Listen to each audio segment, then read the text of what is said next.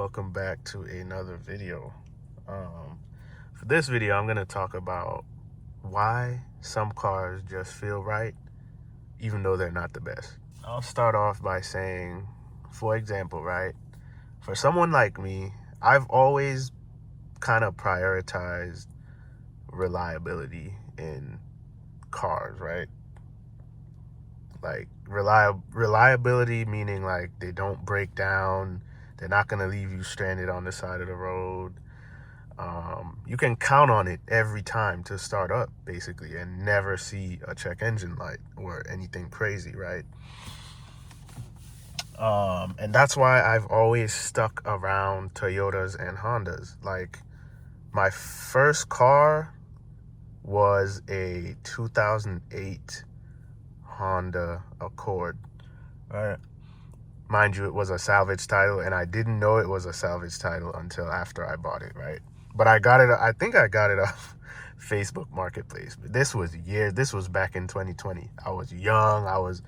I probably didn't pay attention to some of the details on the Facebook Market ad, but whatever, it was $6,000. I drove it for probably 6 months.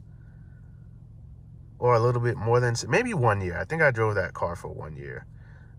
It was drinking up a lot of oil. I couldn't figure out why it was doing that, but I ended up selling it to CarMax and got a newer Honda Accord 2017. So I went from one Honda Accord to the next Honda Accord, and this 2017 was actually really good. I liked that car. It was smooth.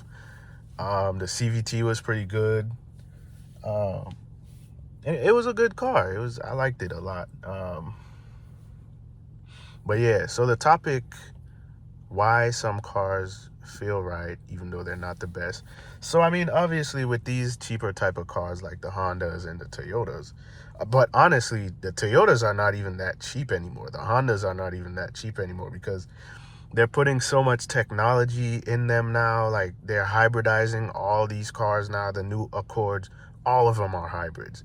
The new Camrys, all of them are hybrids. You know, I don't know if they feel cheap or not, but I know that all of them are hybrids now. They all have, different screens, bigger screens, whatever the case may be. They're all updated and upgraded for 2025 and 2026. But yeah, so, when I say why some cars just feel right even though they're not the best, meaning, like, for example, this is a Toyota Camry, right? And I love this car. I'm very happy that I picked the Toyota Camry because, one, I know it's reliable. I'm not going to say it's never going to break down because it's a machine, right? Machines break all the time, but these are known to be reliable, right? So, but, the thing that'll make cars like this feel like they're not the best is they're on the cheaper side. You're going to hear like little squeaking noises from the plastics on the dash and all that kind of stuff. The metals and stuff, like the doors, like it'll feel hollow because it's not a premium luxury car, right?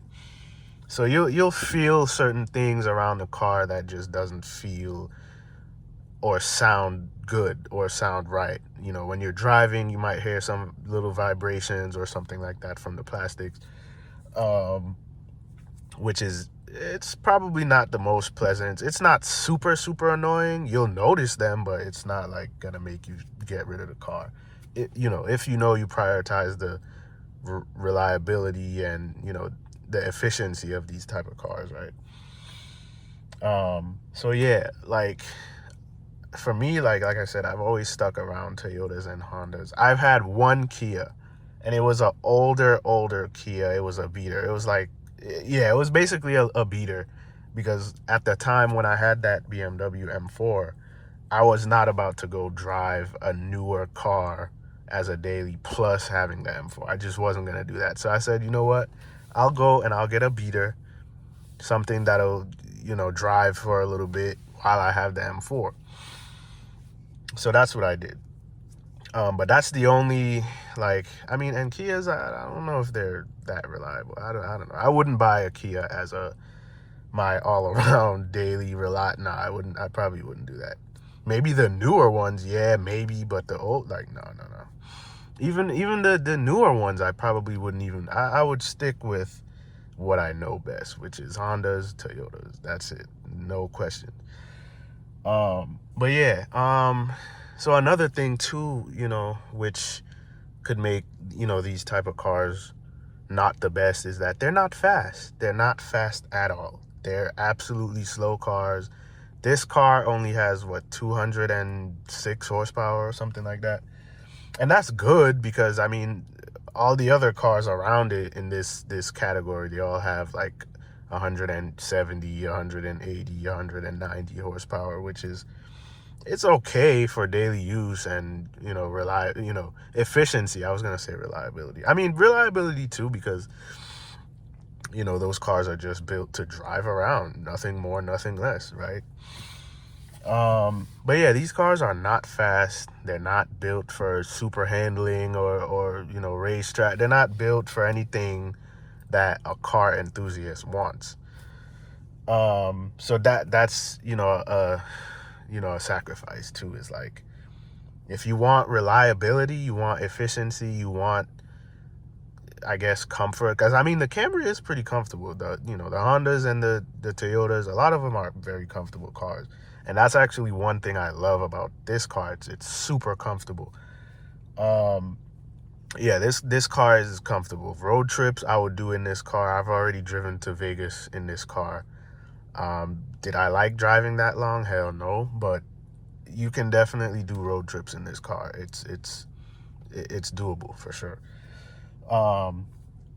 But yeah, these cars are not fast. They don't handle super good. I mean, for a Camry, for a regular car, this is the SE, so I'm not going to sit here and tell you it's sport tuned and all that. In Toyota language, maybe yes, but that doesn't really mean anything for like on the road. You're not going to take corners like a GT3. You're not going to do any of that in this car. But it does drive good. It has electric steering, like, that's pretty cool. It's comfortable. It has Apple CarPlay. It has all that stuff. I really, as long as my cars have Apple CarPlay in it, that's all I care about. I don't care about anything else. And another thing too, that makes these cars not the best is that, like this car, it has the 8-speed transmission, which is, I personally find it kind of annoying because when you start off from zero, right, you stop at a light, you take off, or you start off from a stop sign and you take off, the car does not like, you have to step on the gas so the car could move or want to move. And I find it kind of annoying because it's like, damn, like, do I really have to step on the gas that hard so the car could accelerate with some urgency? So there's that. And then another thing about this, this car is I think it struggles to find, because it has 8 speeds. It's an 8-speed transmission. So I think sometimes it struggles to find the right gear or whatever. It's kind of annoying. Like, for example, like on the highway, when I'm trying to pass, I'm always moving the lever over to the little sport thing, because I mean, supposedly it's supposed to downshift into like a couple lower gears, but I don't think it actually does anything crazy. So yeah, there's that. That's really all I could say about like these regular type of cars. Is you will make sacrifices, in terms of speed, power, premium feels. Like this car, like these regular cars, they don't feel that premium. Maybe the newer ones do, because they look a lot better in the interior. I don't know so much about feel. I would have to actually go to a dealership and sit in one and see if it they look good for sure, but I don't know if they feel good and feel premium. But like a lot of these older cars, this is a 2019. It's not that old. These older cars, they're literally built to function and last. That's why I don't really care for the newer stuff, because for one, it's too much technology. I don't really care for all that stuff that's gonna break. Just give me a reliable engine, a reliable transmission, doors that work, windows that work, a sound system that works, Apple CarPlay mandatory, and that's all I need. I don't really care for all the hybrid stuff and, you know, all the extra stuff, the subscription to use certain features in the, I don't care for all that. I don't care. So yeah, man, that's what it comes down to, you know, when I say some of these cars feel right, but they're not the best, because you have to sacrifice certain things.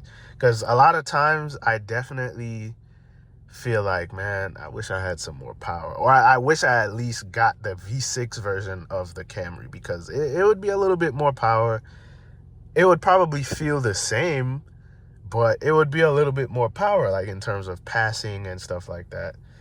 But yeah, no, I do definitely find myself wishing that I had a faster car, but it's okay because I know what I prioritize, which is reliability. I could count on this car any day to start up. The only I've had this car almost 2 years, and the only issue I've really had was the battery died. When I was away for a little bit, the battery died. I replaced the battery, and nothing else ever happened. Never saw a check engine light, nothing. So yeah, guys, I'm gonna end this video here. Leave a like, leave a comment, and I'll see you in the next video. Thank you for watching.